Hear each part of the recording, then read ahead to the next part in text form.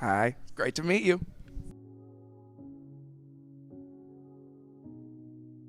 Music education, especially my high school music teacher, was one of the probably main reasons, along with my parents, that I even get to do this now.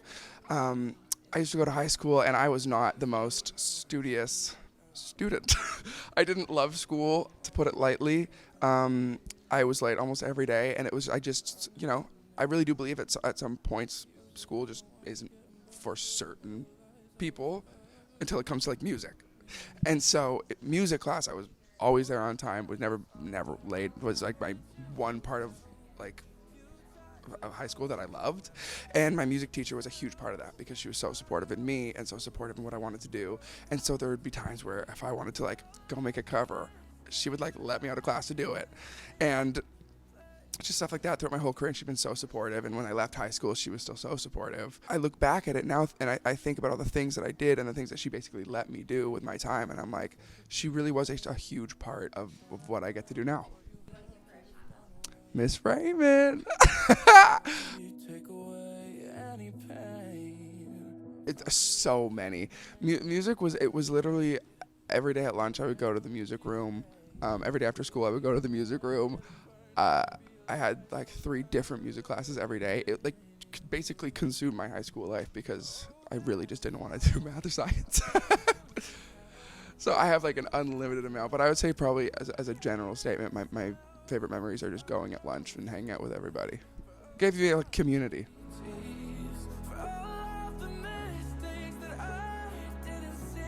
Thank you. It was very, very, very wild. Behind the scenes stories, it was so chaotic. We found out we were doing it like 30 hours beforehand, and getting everything together in that short amount of time was wild. It's a miracle it all happened. And then not to mention, right after the performance, I'm on tour right now, so I had a show 40 minutes across town, and I had to be on stage an hour after the Fallon performance. So we get off, I say goodbye and thank you to everybody I can find, and we just get into that van, drive as far as we can, fast as we can to get to the venue, put the in-ears in, boom, on stage. The whole day was just wild, but it was probably my favorite day of all time thus far in my life. I'm to blame. I just need someone to hate. Oh, I've been absolutely loving this tour. Everybody's been so nice. Eric's been so nice. The fans have been amazing at every single show. It's been one of my favorite tours I've done for sure. And it came about because I actually sat beside Eric at a fashion show in Los Angeles probably like 6 months ago. And we were just, before the show starts, everyone kind of just mingles and whatever. And I looked over, and we're all kind of chatting, and like we're all becoming friends, everyone in our little like row. And then we realized we loved the music, and we just like followed each other on Instagram or whatever. But then when his tour came around, it kind of just made sense. So he sent the offer, and we were like, absolutely, let's do it. This is literally what I've been looking forward to the entire tour. Like, obviously, every show has been amazing, but come on, Toronto. Closer and closer and closer and closer. God, like literally from New York to Boston to Montreal to Toronto, I'm like, the countdown begins. So tonight, I think, is going to be just exceptionally fun. You made this so damn hard for me. You and your goddamn honesty. Oh my gosh, so much. Yeah, I would say first and foremost, keep at it, because I think what I see the most is people, they get inspired and they want to do this, and they do one thing and it doesn't go maybe exactly the way they planned it, and they're like, oh, like this will never work for me, like, and they just stop. And that's like, it sounds like silly to say, but the major key is just keep going. Like, I've been doing this now for like 9 years almost, 9 years, and it's like, God, especially for the first few years, there's nothing, but you just have to like believe in yourself. Be like, I was delusional. I was like, I'm gonna be a pop star. There's no question about it. People just aren't paying attention right now, but they will. And you just keep going, and the right people will find it. The people that are meant to find your music will eventually find your music. But I would just say, don't give up on yourself. I 100% agree with this. I feel like last year I had a moment where I was like, I have to be more delusional. Like, I was like, I gotta start thinking way outside the box. I wish you would have cheated and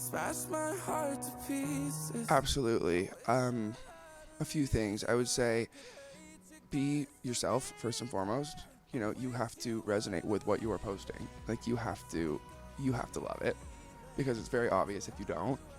And then next is be consistent. Like, you know, post as much as you can. Like, or I try to post basically once a day, and doesn't have to be like the most crazy thing ever. But you know, especially as independent artists, you right now you have this incredible opportunity and platform to promote yourself and to promote your own music, and it's never been like this before. So to have that at your disposal is like, use it, you know, use it, post it. It can, and the thing is, it can be scary when you're starting to post and put yourself out there, but I promise you, it is so rewarding.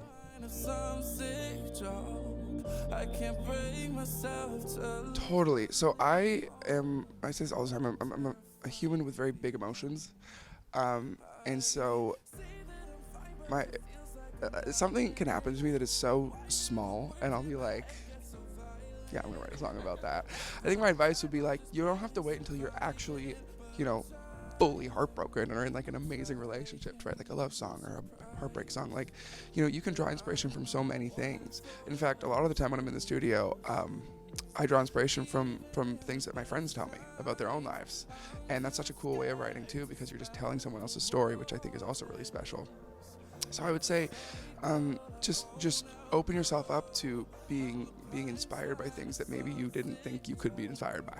I can't bring myself to leave home. Oh my God, I'd be a trumpet, because they're really loud and can be really annoying. And I also played trumpet in high school, so I kind of had to say trumpet. I did. I was really bad. Hey, it's Alexander Stewart. Go to MusiCounts.ca to see how you can support music education in Canada.